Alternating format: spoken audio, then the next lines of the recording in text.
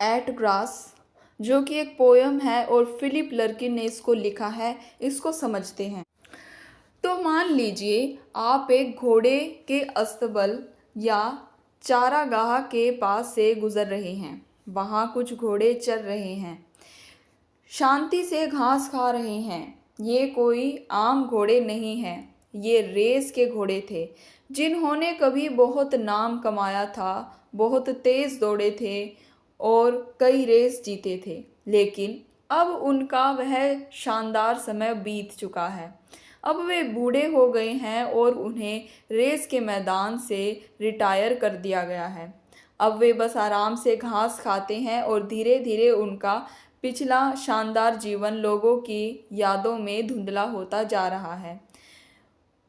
कविता में कवि कहता है कि पहले जब ये घोड़े दौड़ते थे तो उनके नाम अखबारों में छपते थे, लोग उन्हें देखने आते थे, उन पर दांव लगाते थे, उनका एक रुतबा था, एक पहचान थी। लेकिन अब घास खाते हैं वे उस सब को भूल गए हैं। उन्हें शायद याद भी नहीं होगा कि वे कभी कितने मशहूर थे। समय बीतने के साथ उनकी पहचान भी घास की तरह बढ़ती हुई और फिर मुरझाती हुई यादों में बदल गई है। कवि कहता है कि प्रकृति का अपना तरीका है चीज़ों को भुला देने का। जैसे घास बढ़ती है और पुरानी चीज़ों को ढक लेती है, वैसे ही समय भी पुरानी यादों को धुंधला कर देता है। आज जो मशहूर है कल वह शायद भुला दिया जाए।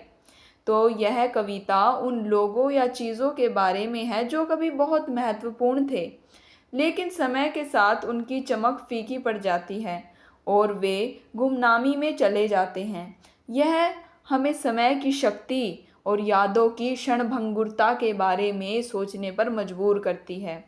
जैसे घोड़े अब शांति से घास खा रहे हैं, वैसे ही शायद हर किसी का एक समय आता है जब वह अपनी भागदौड़ भरी जिंदगी से शांत होकर गुमनामी में चला जाता है। तो एट ग्रास उन पुराने रेस के घोड़ों की कहानी है, उनके बारे में एक पोयम है जो अब शांति से घास चर रहे हैं और धीरे धीरे अपनी पिछली महिमा को भुला रहे हैं। यह याद दिलाते हुए कि समय सब कुछ धुंधला कर देता है। तो फर्स्ट स्टैंजा समझते हैं। कवि कहता है कि उन घोड़ों को ठंडी छांव में, जहाँ वे आराम कर रहे हैं, आसानी से पहचान पाना मुश्किल है। जब तक हवा उनकी पूंछ और गर्दन के बालों को परेशान नहीं करती, उन्हें हिलाती नहीं, तब तक वे लगभग अदृश्य ही लगते हैं। फिर उनमें से एक घास चरने लगता है और थोड़ा इधर उधर घूमता है, जबकि दूसरा उसे देखता हुआ लगता है, और फिर दोनों ही फिर से गुमनाम से खड़े हो जाते हैं। इसका मतलब है कि जब वे शांत खड़े होते हैं तो उनमें कोई खास पहचान नहीं दिखती, वे बस और घोड़े की तरह ही लगते हैं। सेकंड स्टैंजा में कवि सोचता है कि शायद 15 साल पहले 2 दर्जन रेस की दूरियां की काफ़ी थी उन्हें मशहूर बनाने के लिए। उन धुंधली दोपहरों में जब कप्स, स्टेवक्स और हैंडीकैप जैसी बड़ी रेसें होती थी, तब उनके नाम बनाए जाते थे। जैसे किसी कहानी में उनके नाम उन बीते हुए शानदार जून के महीनों की यादों में रच बस गए थे। इसका मतलब है कि एक समय था जब ये घोड़े बहुत प्रसिद्ध थे, उनकी जीत की कहानियाँ मशहूर थी और उनके नाम लोगों को याद थे, खासकर उन सुनहरे दिनों में जब बड़ी बड़ी रेसें होती। तो थर्ड, फोर्थ और फिफ्थ स्टैंजा समझते हैं। कवि उस समय का दृश्य बताता है जब ये घोड़े रेस शुरू करने वाले थे। आसमान के सामने रंगीन रेशमी जोकियों की पोशाकें दिख रही थी, जो घोड़े को दौड़ाता है, और बाहर दर्शक नंबर लिखे बोर्ड और छाते लिए खड़े थे।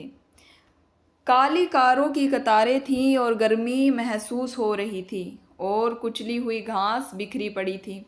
फिर वह लंबी चीख सुनाई देती थी, शायद दर्शकों की उत्साह भरी आवाज़, जो तब तक हवा में गूंजती रहती थी जब तक वह शांत नहीं हो जाती थी।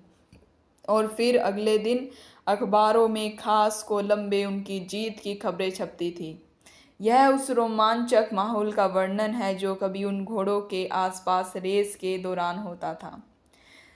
नेक्स्ट स्टैंजा में यानी कि फोर्थ स्टैंजा में कवि पूछता है कि क्या मक्खियों की तरह यादें उनके कानों में भिनभिनाती है, यानी क्या उन्हें अपना पिछला शानदार समय याद आता है जो उन्हें परेशान करता है। लेकिन फिर वह कहता है कि वे शायद अपना सिर हिलाते हैं, जैसे नहीं कह रहे हो। शाम की धुंध छाँव को और गहरा कर देती है। गर्मी की ऋतुएं एक एक करके गुजर गई और शुरुआती गेट, दर्शकों की भीड़ और उनकी चीखें, सब कुछ अब बस इन शांत चारागाहों के अलावा कहीं और चला गया है, जहां उन्हें कोई परेशान नहीं करता। उनके नाम पंचांगों में ज़रूर दर्ज हैं।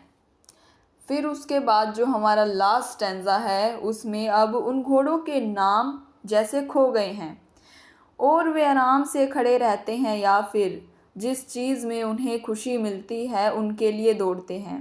अब कोई दूरबीन उन्हें घर लौटते हुए नहीं देखती और न ही कोई उत्सुक स्टॉपवॉच उनके भविष्य की भविष्यवाणी करती है।